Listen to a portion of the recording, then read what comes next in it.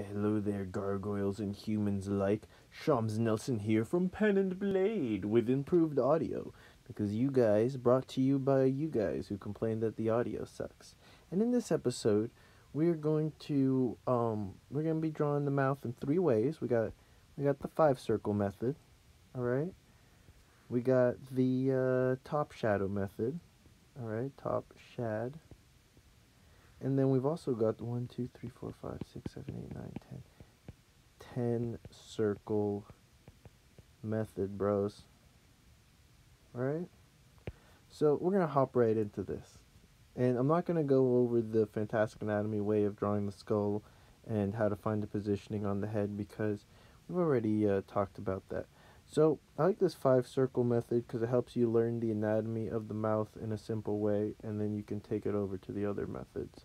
So there's one circle in the middle. You might want to just start with that circle. And then there's 2 long circles on the side. You're imagining there's a line somewhere around there. And then almost fitting into where those 2 circles are below them, you're going to put 2 more circles, right? Or ovals, I guess. They're not perfect circles. Then we're going to cut this one right here. Alright, and this one's kind of in the front. It's bulging out a little bit. So if you want to make these lines darker, you might want to, they can overlap these circles, alright? And then this one's going to come down. So you see how now we've gotten line of the mouth with that little dip there? And I think you'd have to like look at people's at reference and kind of look for these shapes and figure out like, oh, okay, maybe the middle should be wider or thinner. You could experiment with different things like that. Like okay, so here. Well, I think that's too small on the bottom. So it's like, if we just finish that up. Alright, you're going to see that's going to be a little different lip than this one. So here we're going to follow this over. Follow that over, connecting it from there. You could also have it swoop down a little bit and then follow this over kind of thing. Alright, and then the bottom one, see there's a little dip in between them. So that's how I like that because it kind of teaches you a little bit about how the lips, the more subtle curves that are going on. And then there's like a little dip down here, which we'll talk about in the shadow method. I don't know how much we'll talk about it, but basically it's going to dip down right before it gets to that thingy, whatever these muscles are. Alright? Cool. Oh yeah, I gotta remember not to mumble, you guys. I'm trying. Okay. So the next method, so this is the 5 circle method, and I guess we just put this right up here. And right down here, we can do the shadow method, and we can even think of it so simply as one line going across, a shorter line on top, connect them. It's good to keep it, symmetrical if you can. And then one line on bottom. And then you shade the top lip. Assuming the light source is coming from somewhere above.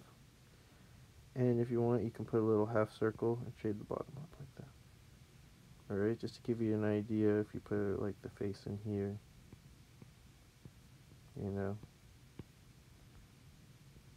guess it's a little wide, but there you go. It's very simple. And then you can incorporate some of the things you learned in the other one, so you could give it a subtle, something like that. And you could give it something like that. Alright. And then instead of, you could curve it round, and that'll be more, or you can give it that little dip. Shade it under. See, there we go. Cool? Cool. And finally, we come to the 10 circle method. This is from an Andrew Loomis tutorial thing. So these are the 5 circles. So you got 2, up there, 2 down here, 1 in the middle. See, it's like a face.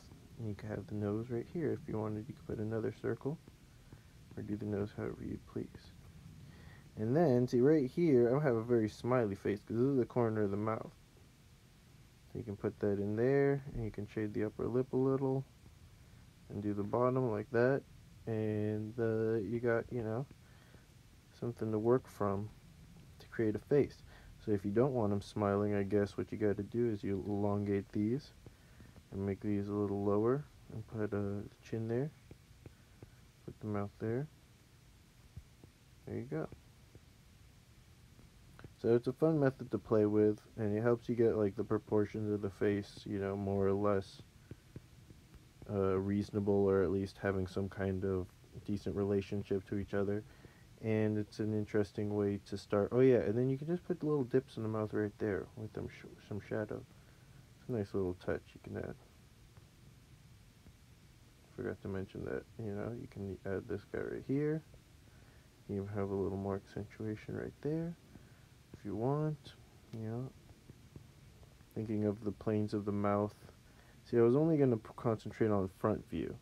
And I'm not sure, maybe I shouldn't, you know, limit, we shouldn't limit. I'm trying to keep things simple, you know, tackle one thing at a time. So I guess 3/4 view would be a different video. But let me know what you guys think. But yeah, basically, you know, we're thinking like here's a plane and it's coming away from us. So you can use lines to accentuate that. And yeah, that's it. All right, I hope this was helpful. I'm gonna try to keep, you know, I'm kind of I didn't make many videos in the last couple weeks or whatever, and I don't know, I just wasn't feeling it, but I still want to make that Udemy course, and I actually really want to make something called Pen Warrior Academy, which would be like its own website, and yeah, we already have something kind of brewing like that in the Cyber Nation, but I think it could be special, something special. Anyways, let's let the idea simmer for now. Until next time, everyone, peace, God bless, and stay fantastic.